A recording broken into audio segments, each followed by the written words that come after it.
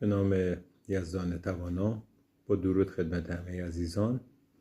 کتاب انسان در جستجوی معنا رو نوشته آقای دکتر ویکتور فرانکل، ترجمه آقای امیر لاهوتی رو میخوام امشب بهتون معرفی کنم.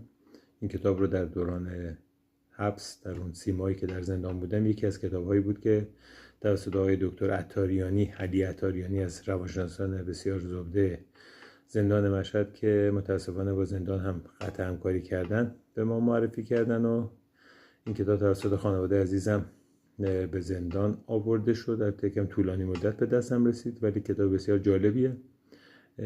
کتاب دارای 2 بخش هستش. بخش اول سرگذشت خود آقای دکتر هست و بخش دوم تراپی و درمان هستش. لطفاً کتاب رو بخونید و ازش لذت ببرید. امیدوارم که همیشه پاینده باشید.